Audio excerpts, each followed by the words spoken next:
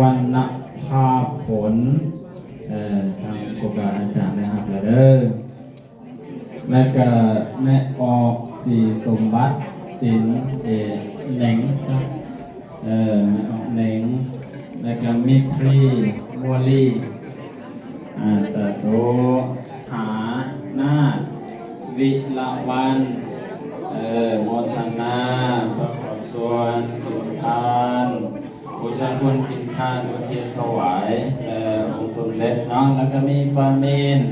วิลพรศรีสมบัติโมทนาบูชาคุณกินทานอุทิศถึง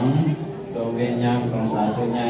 คณะกรรมการในฮัมเดอร์นะครับพ่อต่อกันเด้อ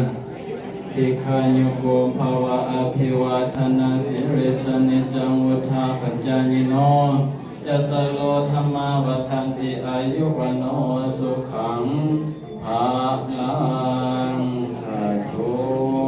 บุญคำนำสู่อายุดีมีแห่งเดินสุขทางกายสบายทางจิตทางใจความเจ็บก็ให้ได้ความไข้ก็ให้มี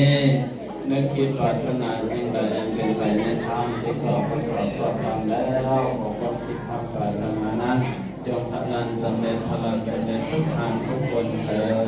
ดสาธุขออนุโมทนาใบข้าวใบแจ้งข้าวในหางกสิมีแจ้งข้าวในว่าเพิ่นมรณภาพแล้วก็สถานที่ไปวางเพลิง